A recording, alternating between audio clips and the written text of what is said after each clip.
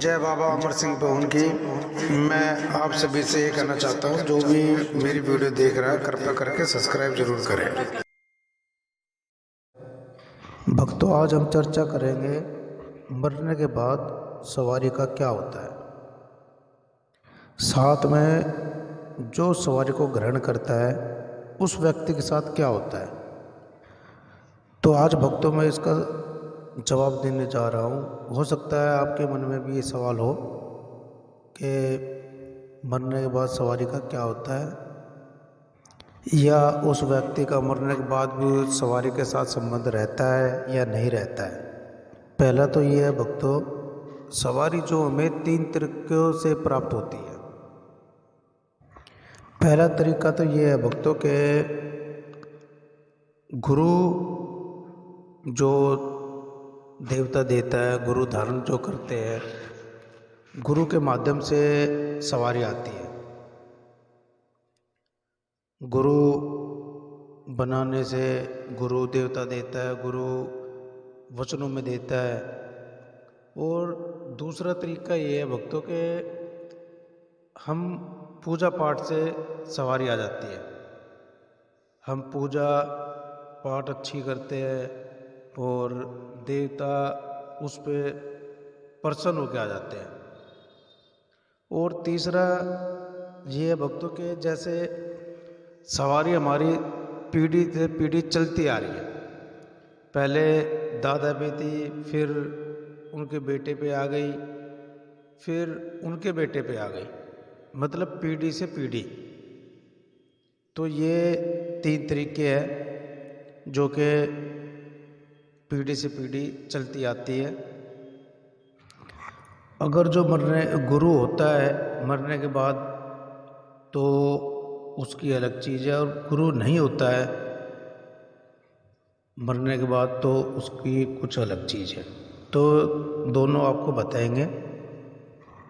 जब सवारी आती है तो देवता आपके शरीर में रमना शुरू हो जाता है, और जो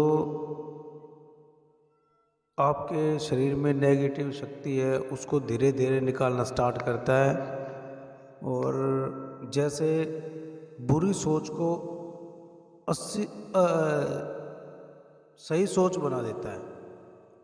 जैसे हम किसी के लिए नेगेटिव सोच रखते हैं तो पॉजिटिव कर देता है।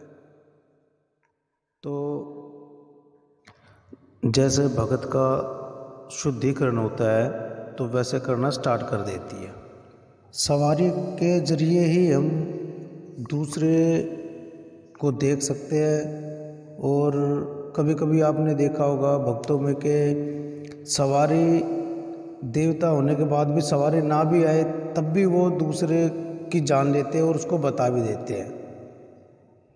वो सब ऐसे होता है कि जो भी देवता की सवारी आती है वो अपने भगत की जो तीसरी आँख होती है वो खोल देता है, और वो जगते जगते भी बता सकता है। सवारी ना भी आए तब भी वो दूसरे की बता सकता है। वो अपनी सेवा पे भी निर्भर होता है। और कभी कभी ऐसा होता है जब आदमी की उम्र ज़्यादा हो जाती है तो उस सवारी को वो झेल नहीं सकता, तो सवारी का तेज इतना होता है कि उम्र के हिसाब से वो झेल नहीं पाता। तो उस समय वो जो भगत होता है उस समय वो सवारी को बुलाना बंद कर देता है, क्योंकि उसके अंदर वो ताकत नहीं रहती कि वो उस सवारी को बुला सके। तो वो फिर अपने ही परिवार में किसी को अपना शिष्य बनाता है, ताकि जैसे कोई बुजुर्ग अपने घर में ही किसी को शक्ति प्रदान करते, किसी पे जैसे बोलते हैं जैसे हाथ रख देते हैं, तो ऐसे वो कर देते हैं। तब फिर वो शक्ति वहाँ पे कार्य करना स्टार्ट कर देती है, जिस पे भी वो हाथ रखते हैं, जिस पे भी वो जिसको अपना शिष्य बनाते हैं। फिर वो संसारिक भला भी करती है, चौकी भी लगाते हैं।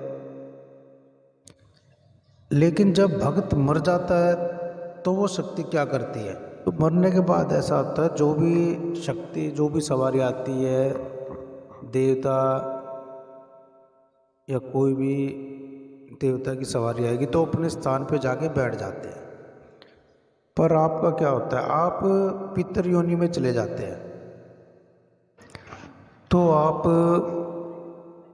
लोक देवता के पास पहुंच जाते हैं। जैसे झावीर है, मोहन राम है, तो आप उनकी सेवा करने लग जाते हैं, आपको कोई पकड़ नहीं सकता। और कई भक्त ऐसे होते हैं जैसे मरने के बाद उनकी सवारी आ जाती है, वो सांसारिक भला करने लग जाते हैं। शीश पे आके अपने शीशे के या अपने घर में किसी के उसके शीश पे आके वो भला करने लग जाते हैं, दुनिया का काम करने लग जाते हैं, समाज का कल्याण करने लग जाते हैं। और कई लोग ऐसे होते हैं जिनका काम होता है वो उनका मंदिर ही बनवा देते हैं और पूजा पाठ भी करवाते हैं उनके नाम से, और जिनसे उनका नाम हो जाता है। और जो मोक्ष की बात होती है, जो उस देवता की साधना करते हैं, जैसे भोले शंकर है, माता काली है, और जो भी अपने इष्ट देवता रहते हैं, जब आप इनकी सेवा करनी स्टार्ट कर देते हैं तो ना तो इनकी किसी पे सवारी आती है, इनको मोक्ष प्राप्त हो जाता है, ना वो किसी को सपने में दिखाई देता, ना वो किसी को परेशान करता है, घर में किसी को भी जो इनकी सेवा करते हैं, इनको मोक्ष प्राप्त हो जाता है। तो ये थी एक महत्वपूर्ण जानकारी। आशा करता